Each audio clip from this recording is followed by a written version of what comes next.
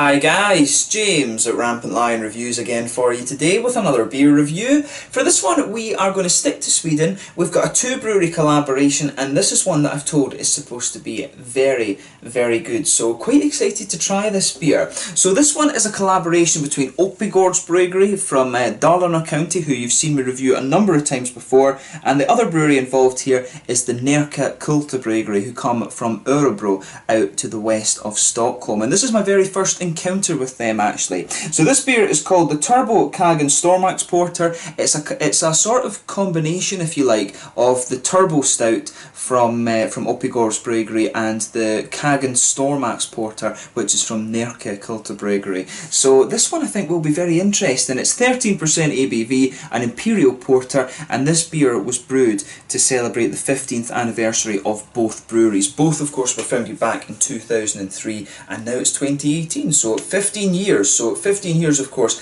is quite an impressive, or quite a, how would you say, these guys are basically two of the older craft breweries in Sweden. If I'm remembering correctly, Oppigårds Bryggeri are the biggest craft brewery in Sweden these days, which I think is pretty cool actually. The biggest independent craft brewery, I think you could say, in Sweden. So yeah, I think this will be a very interesting beer. I loved the Turbo Stout from Oppigårds Bryggeri. That's probably one of my favourite beers I've had from them, and I've heard very good things about the Kaggen Stormaktsporter. For a long time that was the top rated beer on Rate Beer from what I understand. So really looking forward to this beer, and as always I hope you guys enjoy my take on this one. So as is usual with my reviews then, I'll tell you a little bit about the breweries involved here. If you want to get straight to the tasting, just fast forward. All the usual links are in the description below. That's the brewery websites, the link to my other reviews that I've done from Oppigårds Bryggeri before, and a link that will take you to my future reviews that hopefully I can do from Närke Kulturbryggeri. Very first time I'm encountering one of their beers, like I said.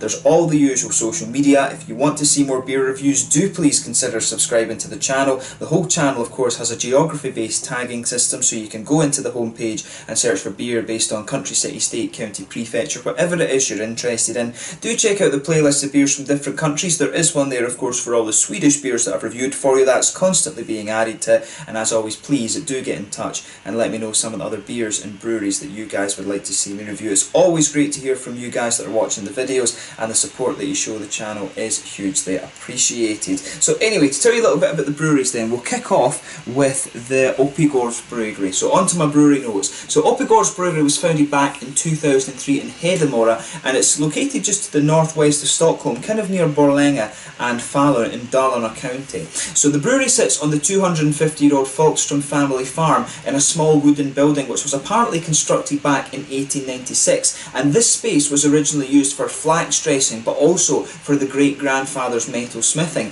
and all of the beers were originally brewed in this old building, but they've added a new malt house since then, and I've got a feeling they've added a new brewery building as well. But the brewery was founded back in 2003 by Bjorn Oppigård to revive the family farm and also to kind of revive the kind of traditional Swedish farmhouse ales. But these beers were the norm in Sweden until the wave of the kind of modern generic lager sort of things came around in the 1800s, and this made the farmhouse beers largely unprofitable to brew and sell. But the brewery became very popular, and it's allowed the Folkestrom family to continue making their living on the farm as they've done since the 1700s. But in their first year they produced only 8,000 litres of beer and just sold it locally around the county, but they now produce well over 1 million litres of beer. They've got a new Italian brew kit which they've got up and running now. They had a bit of trouble actually getting that kind of installed and working properly, but they now have a production capacity of around 2.5 million litres of beer per year, which I think is really quite impressive actually. Like I said, as far as I'm aware, and do correct me on this in the comment section if I'm wrong, unless I'm wrong, Oppigårds Bryggeri are the biggest independent craft brewery in Sweden these days in terms of production, but they do some really nice beers. I've still got a good few that I need to review for you actually. There's the New Sweden IPA, there's the Turbo Double IPA, there's the Turbo Stout, the Amarillo is supposed to be a very nice beer as well. I do need to make sure and review that for you, but yeah, a very good brewery, and I've always enjoyed the beers that I've had from them. Probably one of the more recognisable Swedish breweries, like I said to you. But yeah, if you want to try some Swedish beer, Oppigårds and the Turbo Stout it's probably one of the better darker beers, I think, or one of the really interesting dark beers that you should try if you come to Sweden. The new Sweden IPA, of course, is really nice as well. So yeah, make sure you check out those beers and this brewery if you get the chance. But that's all you need to know about Oppigårds just now. If you want to learn more, check out the brewery website. You can follow them on Facebook and Instagram and things like that. But yeah, let's move on to Närke Kulturbryggeri. And like I said to you, this is my first encounter with them. So Närke Kulturbryggeri, as I mentioned here, are based in Örebro, and they were founded back in 2003. And the company was founded by Håge Viktorsson and Berit Karlsson. So Håge Viktorsson is actually he had a career as a photographer and an artist before becoming a brewer. But Berit she's the CEO of the company, but she's also the chair of the Swedish Independent Brewers Association, or to give it its Swedish name, the Sverige Oberoende Mikrobryggerier, if I'm pronouncing that correctly. My Swedish pronunciation can sometimes be a little bit weird. But for a long time the brewery were only producing keg beers, but they've also recently begun to produce bottled beer as well, which helped them grow substantially. And this of course was after they bought their bottling line from the Nynäshamn Brewery, which I believe they're from just to the kind of southeast of Stockholm, and they're one of the, I think they're the oldest craft brewery in Sweden actually. But the brewery currently produce around 100,000 litres of beer, and they're particularly famous for this beer, the Kaggen Stormaktsporter, which was rated as the world's best beer on Rate Beer for a long time. This beer was first produced in 2004 as Stormaktsporter, but it was later aged in bourbon barrels and then became known as the Kaggen Stormaktsporter, which is, as I say, is a very, very highly rated beer. And you know, these guys, I think they're one of the smaller production breweries. Apparently they went through a period, because I think Håge's son was ill, and they had a period where they were struggling to kind of keep the brewery going. There was a big staff turnover and things like that, but their friends in the industry supported them, and they've come out of it, and they've now come out of it quite strong, and they've got their bottles in Systembolaget now as well. So I will need to make sure that I get another one or two of their beers and review them for you over the next couple of months. But yeah, another really interesting brewery. I don't know why I've never been able to review anything from these guys actually, because I would have been in Sweden at the time that they've been releasing bottles. But supposedly a very, very good brewery. Looking at the beer styles they produce, they're kind of German influenced from what I gather. They do a mixture of kind of German and English style beers. They're not one of the kind of New World type breweries, these guys. They are a slightly more traditional brewery, I guess you could say, but their beer is supposed to be very, very good, and Håge is you know, quite a renowned brewer in Sweden these days actually. So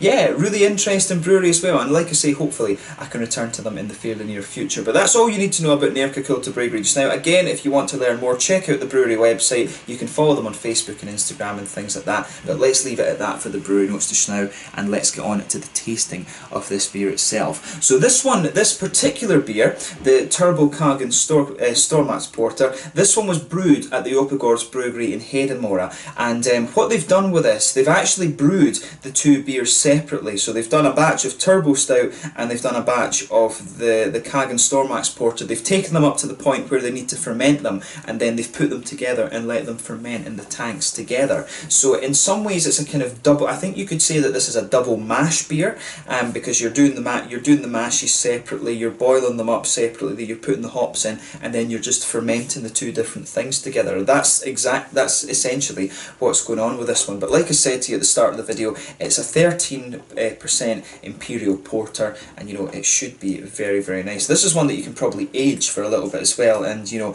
brewed for the 15th anniversary of both breweries, which I think was a pretty cool idea. And I like how they've kind of combined the artworks there. There you can see the Oppigårds Bryggeri on the outside, and you can see the Närke Kulturbryggeri symbol on the inside there, but really nicely presented. This one, I think I will keep the bottle for this because this is quite a special beer. I might need to get another one of these and keep it for a while and just age it. And there you can see there is the Oppigårds Bryggeri bottle cap on this one. So yeah, 13% Imperial Porter, and it said that this beer was brewed together in January of 2018, so they must have been aging it for quite a little while actually. But yeah, 13% Imperial Porter. This is a 330ml bottle. But yeah, and this is one thing that is quite funny as well actually. When it says Inget Bläsk, it basically means, it's kind of like a, from what I understand, it's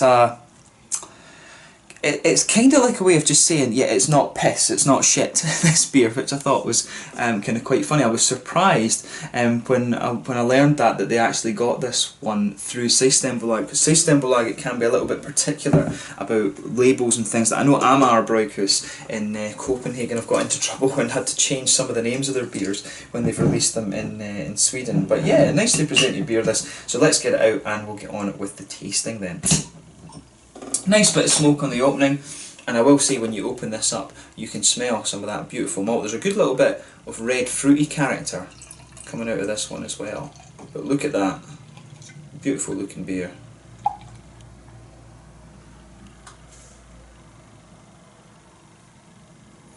Yeah, so this one has poured.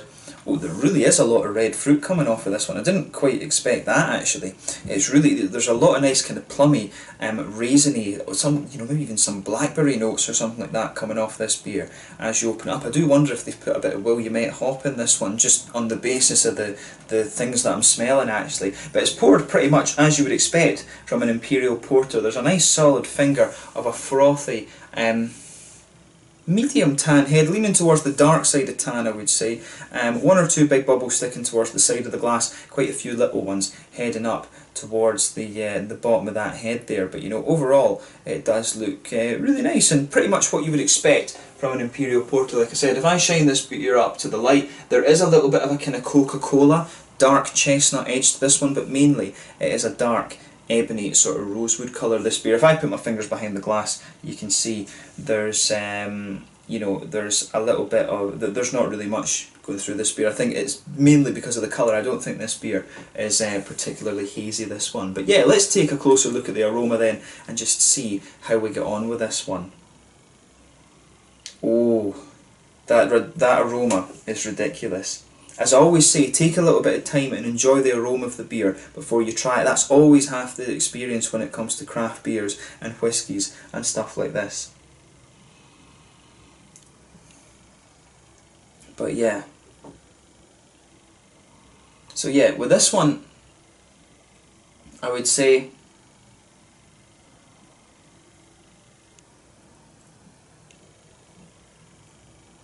yeah, with this beer, there's a lot of big chocolatey malt to this one. It's got a lot of brown sugar, I think, in it as well, but there's a sort of combination of things going on there. It's got a little bit of a milky chocolate to it, but I think the chocolate is mainly kind of 80%, 90% cocoa sort of thing. It's a nice dark, high cocoa chocolate that's coming out of this. That's probably actually aiding the sort of fruity aromas coming out of this beer. But yeah, there's a nice dark brown sugary note to this one. There's a little bit of treacle, molasses as the Americans would call it. There's a nice little bit of that big syrupy brown sugary note coming out of this one. But there's also a little bit of sweeter caramel in there too. And as I say, lots of nice chocolatey notes as well.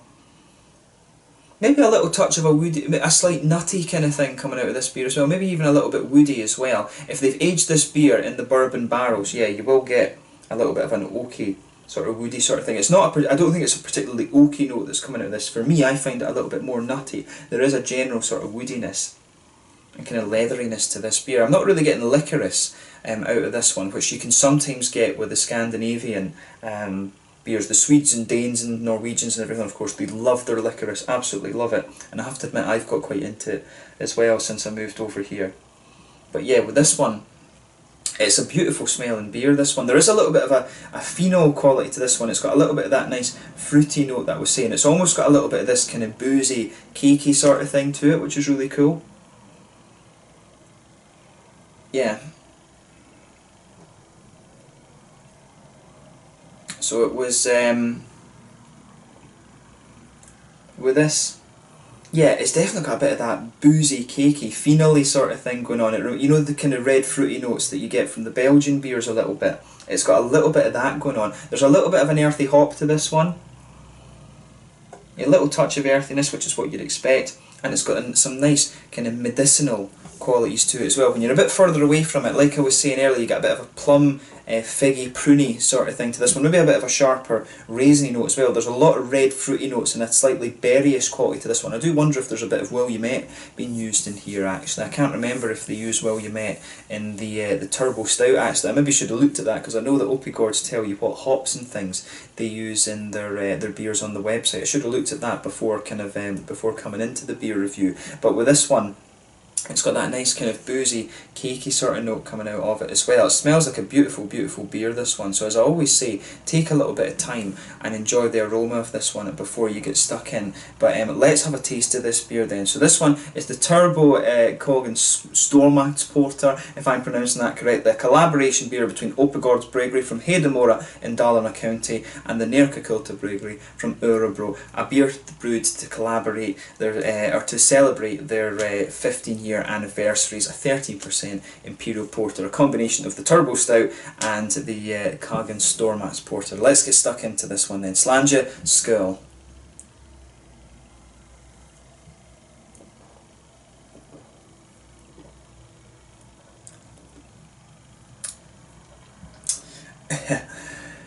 Yeah, that's a beautiful, beautiful beer. If you get the chance to try this, have a go at it.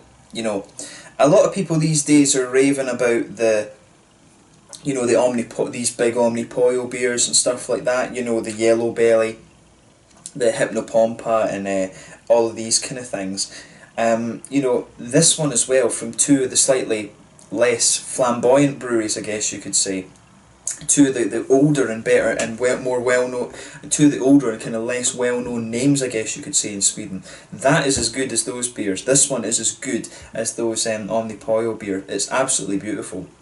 I'll just say straight away, a big thumbs up to both Närke Kulturbryggeri and Oppigårds Bryggeri with this beer. You know, they've done a very good job of this. As I say, I've tried the Turbo Stout. I'd love to try the Kaggen Stormaktsporter, but I think it's very difficult actually to get a hold of a bottle of that. But this is a beautiful, beautiful beer. If you see this one around, get it. Seriously, just get it. I'm not sure how many there'll be left in Systembolaget or whatever, but just get it. This was one of the small partiers, incidentally, on the 5th of October 2018.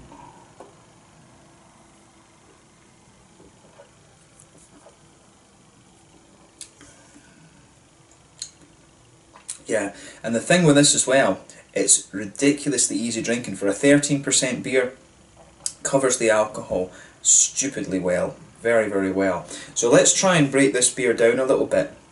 It's got a very, very smooth malt base to it, this one. So with this beer, there is a little bit of roasted black malt. That comes out more in the aftertaste, but the malt base, like I say, is very, very smooth. There's maybe a little tiny touch of a bready note to this one, but very, very minimal. It's a nice kind of sort of brown bread, actually. Lots of chocolate to this beer. A nice dark high cocoa chocolate malt to this one. There is a little bit of a more milky quality in the centre of the palate as well, and the centre of the palate is also where you're getting some of these nice brown sugary notes. See if we can break that down even further.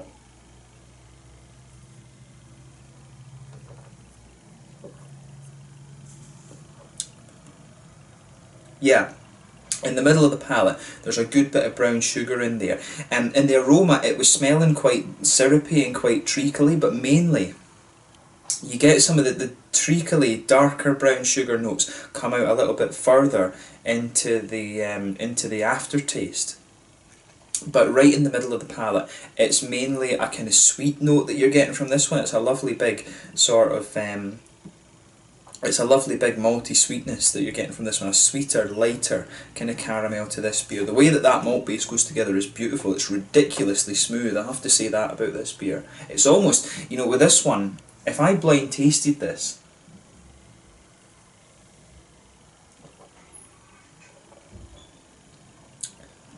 yeah, if I blind tasted this, you wouldn't, it'd be quite difficult to tell. I mean, and that's one of the things with this beer. Maybe it's not right to say it's an Imperial Porter. The main difference between the Imperial Porters and the Imperial Stouts, of course, it would be the yeast strain, because you would use different yeasts for it. But I've always found, in terms of the taste of these beers, mainly the stout is a little bit creamier and a little bit thicker in its mouthfeel than the porter is. The porter is something a bit more akin to the likes of a German Schwarzbier or a Czech Tmavy. It's, you know, it's a lighter, easy drinking sort of thing. That's almost the English equivalent of the German and the Czech beers that I just mentioned. But the stout is always a bit thicker. It would be quite hard. It is quite hard to tell whether this one is an Imperial Porter or it's an Imperial Stout, because it really is a hybrid of the two. It's got a sort of medium mouthfeel, this one, if you think. It's somewhere in the middle of the two in terms of its mouthfeel, but that's fine. It's absolutely fine. The main point is that it's a beautiful beer.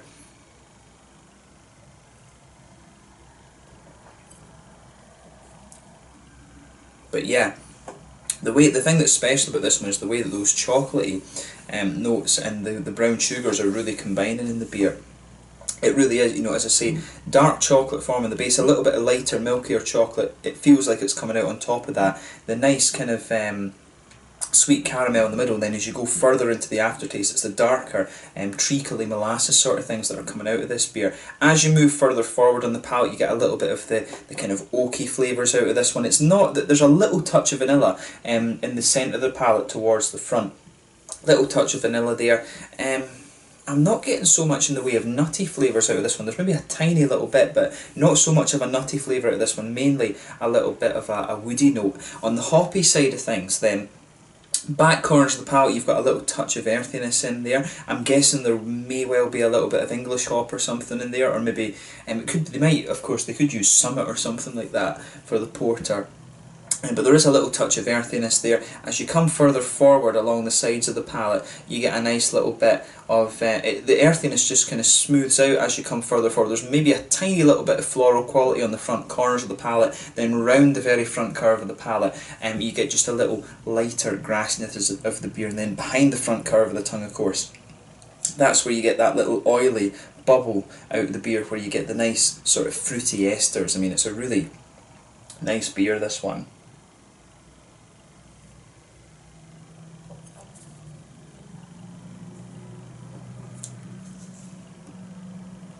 Yeah, so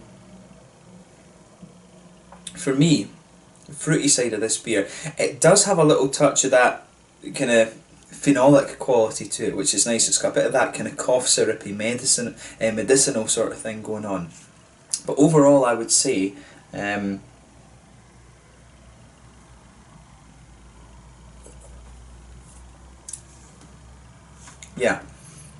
that sort of medicinal quality is forming the base of the fruity part of the beer.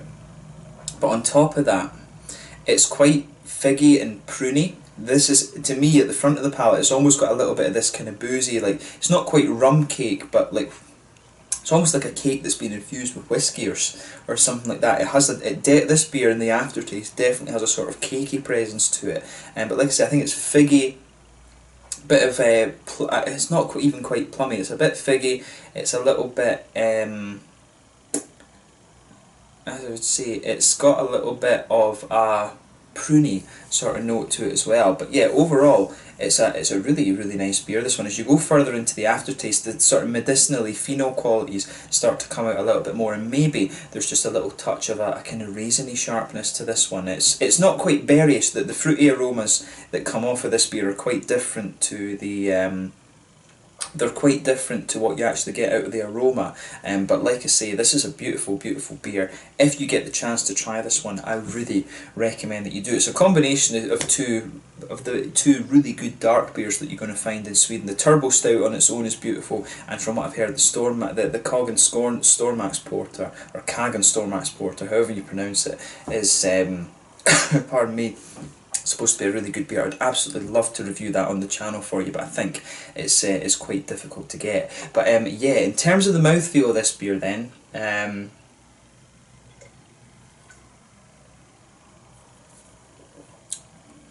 yeah, it's difficult to place this one in terms of body. It's somewhere between, it's kind of right on the borderline between saying it's mid-bodied and full-bodied, because it's got a bit of that porter quality, but it's also got a bit of this thicker stout quality, and that's just because it is almost like a blend of two different mashes, if you like, that's been fermented together. I really wonder if they've used two yeast strains in this beer as well. I'd be interested to know that. So yeah, it's somewhere right on the border between mid-bodied and full-bodied. Carbonation is very, very smooth in this one. It's a nice big oily mouthfeel, this one, but it does have a very slight wetness to it, which is from the porter side of things. It's got the nice big oiliness that you'd expect from the stout. In terms of hoppy bitterness, in terms of IBUs, I'd say, you know, you're probably somewhere around the 30-40 mark on this one. The Imperial Stouts and Porters are more about the malt, of course.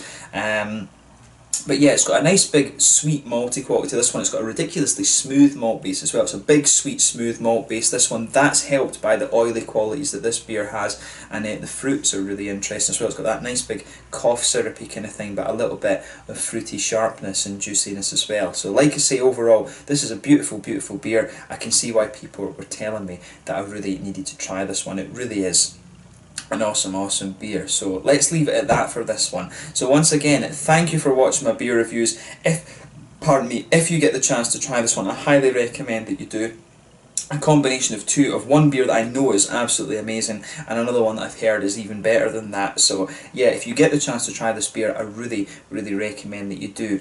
So once again, thank you for watching my beer reviews. Until the next time, please like, subscribe, share, all the usual YouTube stuff. Check out my social media. Let me know your own thoughts on this beer in the comment section below. Let me know what your favourite beers are, both from Oppigårds Bryggeri and from the Närke Kulturbryggeri. Very first time I've encountered them, of course, but I'm really impressed so far, so I'll need to make sure I review some of their beers, or give them a dedicated review, I guess I should say. But once again, thank you for watching my beer reviews, and I will catch you guys very soon. You will see more from Oppigårds soon, and you will see some more from the Närke Kulturbryggeri as well. But this one was the Thurbo Stormaktsporter, an Imperial Porter at 13.0%, I should say. I was going to say 13.5, 13%, a collaboration beer between Oppigårds Bryggeri from Hedemora in Dalarna County and the Närke Kulturbryggeri from Örebro to celebrate their 15th anniversary. Happy anniversary to both breweries, and we will definitely have more from them in the near future. Until the next time, slange just now, and I will catch you guys very soon. Skål, make sure you try this one. Awesome beer.